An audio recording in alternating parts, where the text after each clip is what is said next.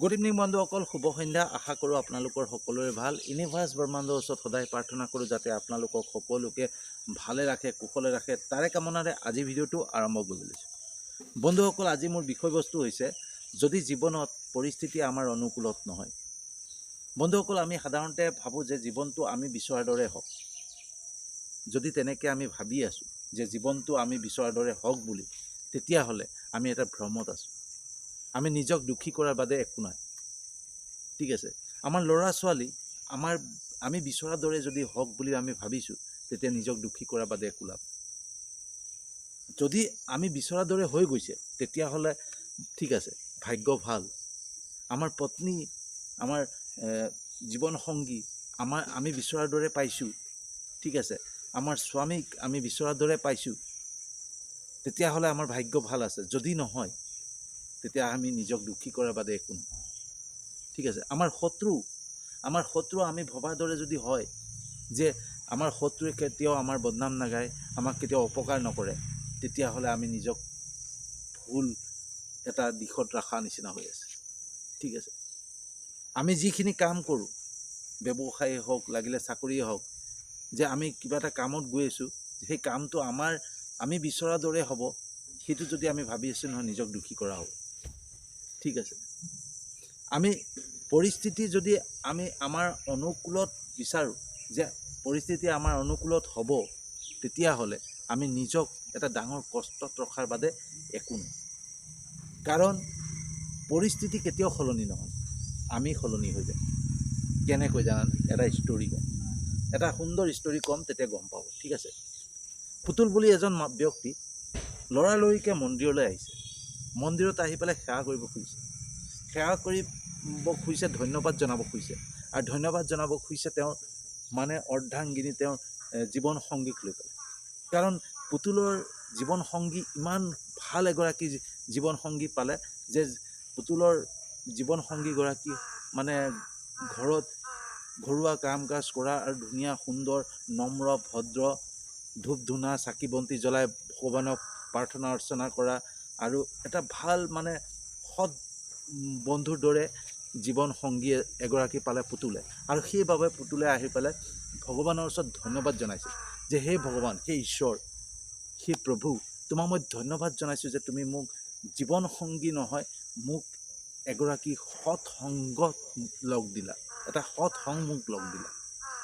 মই আৰু সৎ সংগত যাবলৈ দৰকাৰ নাই, ক'ৰবাত ভাল জ্ঞান শুনিবৰ কাৰণে সৎসংগত যাব দৰকাৰ নাই, মোক সৎসংগ লগত দিলা, জীৱনসংগী ৰূপে দিলা, তাৰ বাবে তোমাক বহুত ধন্যবাদ জনাইছোঁ। ঠিক আছে, পুতুলে ইমান জোৰকৈ চিঞৰি, কাৰণ আনন্দ, যেতিয়া মানুহৰ মাজত আনন্দ থাকে নহয়, ফূৰ্তি থাকে, তেতিয়া সেই বস্তুটো মনে মনে নকয়, জোৰকৈ চিঞৰি বা হুলস্থুল কৰি কয়। তেনেকুৱাতে ওচৰতে পূজাৰী এজন বহি আছিল, আৰু পূজাৰীজনে শুনি আছিল তেওঁৰ কথা। পুতুল গুচি গ'ল। পূজাৰীজনে ভাবিলে যে ঘৈণীয়েক জীৱনসংগীগৰাকী ভাল পাইছে কাৰণে ভগৱানক ধন্যবাদ জনাব আছে। তাৰ অলপ দেৰি পিছতে ৰাতুল বোলা এজন ব্যক্তি আহিলে। আহি পেলাই ভগৱানক কৈছে যে হে ভগৱান, তোমাক মই ধন্যবাদ জনাইছোঁ, তুমি মোক এনেকুৱা এগৰাকী অৰ্ধাংগিনী দিলা, এনেকুৱা এগৰাকী জীৱনসংগী দিলা, যাৰ বাবে মই জীৱনৰ যি মায়া মোহ আছিলে নহয়, চব ত্যাগ কৰি পেলালোঁ। মই এই সংসাৰৰ প্ৰতি মোহ নাইকিয়া হৈ গ'ল, মই এই সংসাৰত থাকিব নিবিচৰা হৈ গ'লোঁ, মই এই সংসাৰত আৰু একো লোভ মোৰ একো নোহোৱা হ'ল, মাত্ৰ এটা মই বিচাৰোঁ যে মোৰ মুক্তি পাব লাগে। ঠিক আছে,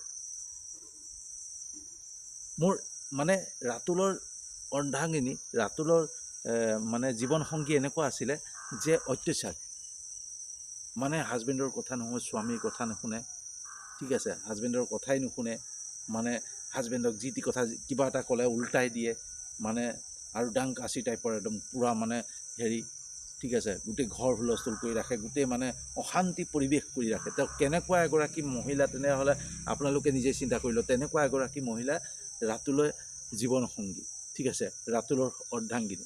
তো সেইকাৰণে ভগৱানক ধন্যবাদ দিবলৈ আহিছে যে ভগৱান, মোক ধন্যবাদ জনাইছোঁ তোমাক যে তুমি এনেকুৱা এগৰাকী অৰ্ধাংগিনী দিলা, যি মোৰ মায়া মোহ ত্যাগ কৰাত সহায় কৰিলে। মোৰ এই সংসাৰৰ প্ৰতি যি মোহ আছিলে, যি মায়া আছিলে, সেই বস্তুটো একেবাৰে নাইকিয়া হৈ গ'ল। মানুহে নিজক মুক্তি পাবৰ কাৰণে ভগৱানৰ ওচৰত প্ৰাৰ্থনা কৰিবলৈ আহে, আপোনাৰ ওচৰত প্ৰাৰ্থনা কৰিবলৈ আহে, আপোনাৰ মানে ওচৰত ভিক্ষা মাগে নিজৰ মুক্তিৰ বাবে। মোৰ মুক্তিটো মোৰ ৱাইফে দি দিলে, মোৰ জীৱন সংগীয়ে দি দিলে। গতিকে মই তোমাক ধন্যবাদ জনাইছোঁ। আজি যদি মই তোমাৰ সংগত আছোঁ, তোমাৰ ওচৰত আছোঁ, মোৰ পত্নীৰ বাবে, মোৰ জীৱন সংগীৰ বাবে। গতিকে সেইকাৰণে মই তোমাক ধন্যবাদ জনাব যে তুমি মোক এনেকুৱা এগৰাকী অৰ্ধাংগিনী দিলা, এনেকুৱা এগৰাকী জীৱন সংগী দিলা, যি মোক এই এই সংসাৰৰ পৰা মুক্তি দি দিলে আৰু তোমাৰ লগ দি দিলে। ঠিক আছে। তো সেই ৰাতুলৰ কথাও সেই পূজাৰীজনীয়ে শুনি আছিলে, আৰু পূজাৰীজনীয়ে শুনি পালে ভাবিছে কি আচৰিত, এজন ব্যক্তি আহিলে তেওঁৰ ৱাইফৰ হৈ ধন্যবাদ দিলে যে তেওঁৰ ৱাইফক ভাল এগৰাকী মানে অৰ্ধাংগিনী দিলে, ভাল এগৰাকী জীৱন সংগী দিলে বুলি। আৰু এইজন আহিছে আকৌ তেওঁৰ অৰ্ধাংগিনী, তেওঁৰ জীৱন সংগীজনী বেয়া, তাৰ বাবে ধন্যবাদ জনাব আহিছে। এজনে ভাল বাবে ধন্যবাদ জনাব আহিছে, এজন বেয়া বুলি ধন্যবাদ জনাব আহিছে। আচৰিত লীলা দেই ভগৱান, তোমাৰ আচৰিত লীলা বোলে। ঠিক আছে। ৰাতুল গ'ল, পুতুল গ'ল, তাৰপিছত আহিল অতুল। আৰু অতুল আহি পালে লগালগ কি কৰিছে, মন্দিৰত মন্দিৰৰ ভিতৰত সোমাই গ'ল। সোমাই গৈ পেলাই ভজন কীৰ্তন কৰিবলৈ আৰম্ভ কৰিলে। ভজন কীৰ্তন কৰি নিজেই নাচিবলৈ ধৰিলে, খুব আনন্দত নাচিবলৈ ধৰিলে। মন্দিৰত ভগৱানৰ ওচৰত, ঈশ্বৰৰ ওচৰত নাচিবলৈ ধৰিলে।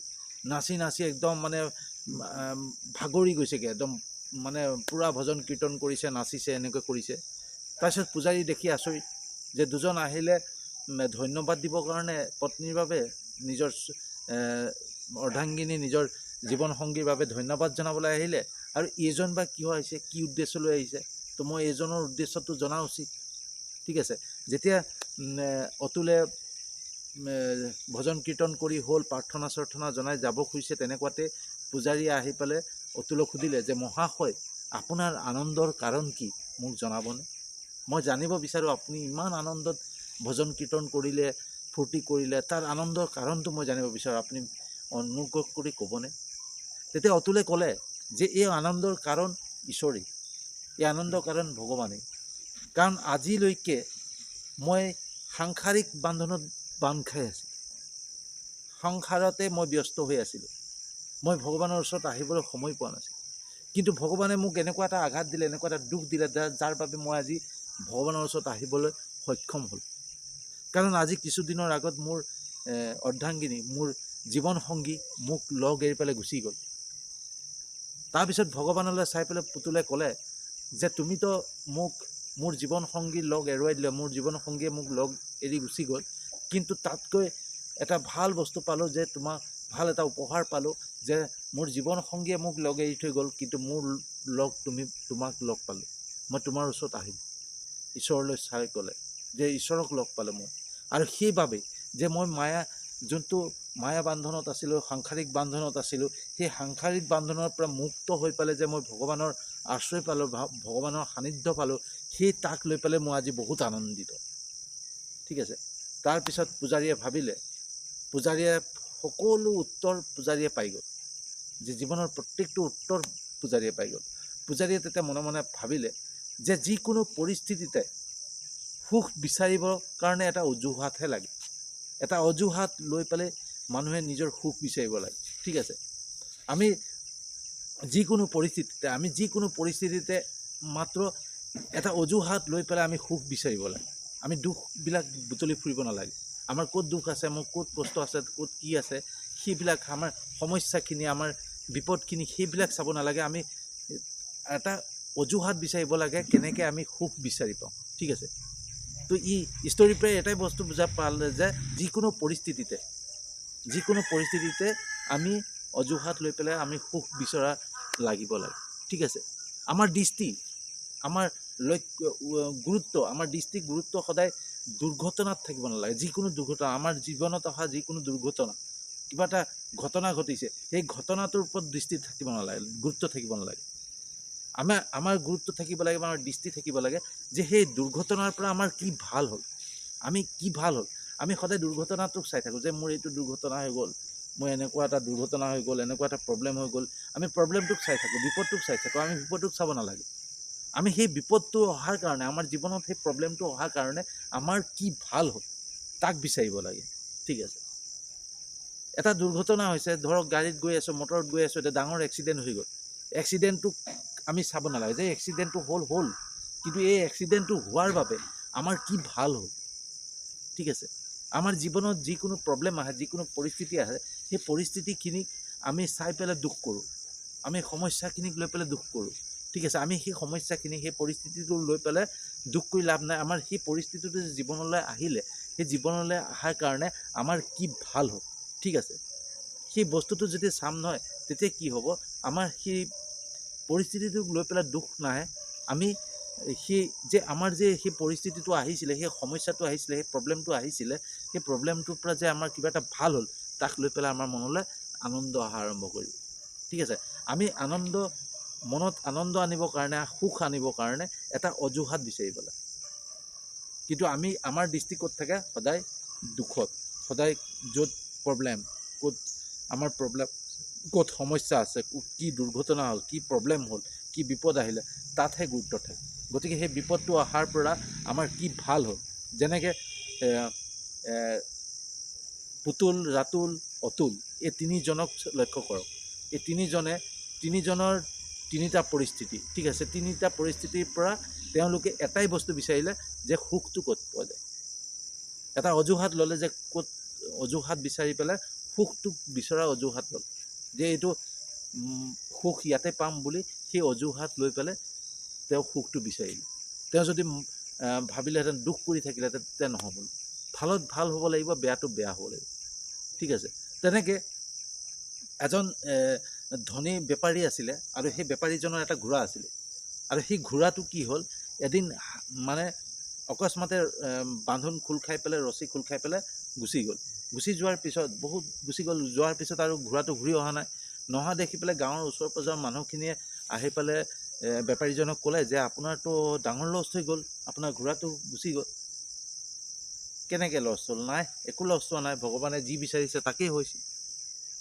ভগৱানে যি বিচাৰিব তাকেই হ'ব যি হৈছে ভালেই হৈছে ঠিক আছে তেনেকৈ ভাবি পেলাই বেপাৰী থাকি গ'ল তাৰপিছত দুদিনমানৰ পিছত সেই ঘোঁৰাটোৱে আৰু 3টামান জংঘলৰ পৰা 3টামান ঘোঁৰাক লৈ আহিলে সম্ভৱ সেই ঘোঁৰাটোৱে মনে মনে এইকেইটা 3টা ঘোঁৰাক ক'লে যে এই জংঘলত কি খানা বিচাৰি থাকিবি আমাৰ মহাজনৰ ওচৰত ব'ল আমাৰ মহাজনৰ ওচৰত ঢেৰ খানা আছে মই খাই দেখিছোঁ নে কিমান শকত হৈ গৈছোঁ সেই বুলি কৈ পেলাই কাণত থাকে আৰু 3টা ঘোঁৰা লৈ আহিলে যেতিয়া 3টা ঘোঁৰা আৰু লৈ আহিলে দেখিলে 4টা ঘোঁৰা একেলগে আহিছে গাঁৱৰ মানুহে দেখি পেলাই আচৰিত তাৰপিছত গাঁৱৰ মানুহে আকৌ আহি পেলাই বেপাৰীক ক'লে যে আপোনাৰ ঘোঁৰাই দেখোন আৰু 3টা ঘোঁৰা লৈ আহিলে আপোনাৰতো ভাগ্যই ভাল যি হৈছে ভগৱানৰ কৃপা যি হৈছে ভালেই হৈছে মানে তেওঁ ঘোঁৰাটো গুচি যাওঁতেও তেওঁ সিমান দুখ কৰা নাছিলে আৰু ঘোঁৰাটোৱে 3টা ঘোঁৰা আৰু লৈ আহিছে তথাপিও তেওঁ বেছি আনন্দিত হোৱা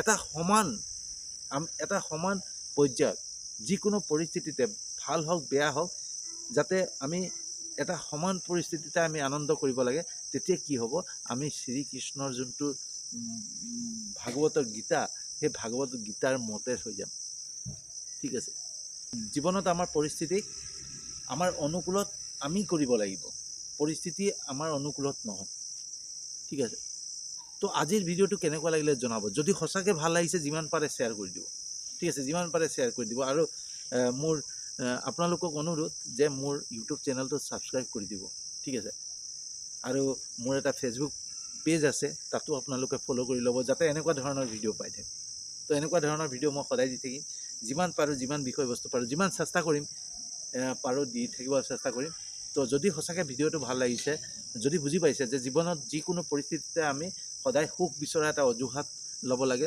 আৰু অজুহাত লৈ পেলাই আমি সুখ বিচাৰিব লাগে ঠিক আছে তো এই ভিডিঅ'টো যিমান পাৰে শ্বেয়াৰ কৰিব এটা কাৰণে যিসকলে সমস্যাত থাকে যিসকলে মানে দুখ মনত থাকে তেওঁলোকৰ মনত যাতে আনন্দ হয় তেওঁলোকে এটা অজুহাত বিচাৰে যাতে সুখ বিচাৰিবৰ কাৰণে ঠিক আছে তো ইয়াকে কৈ আজি সামৰণি মাৰিছোঁ আৰু এটা নতুন বিষয়বস্তু লৈ আহি আছোঁ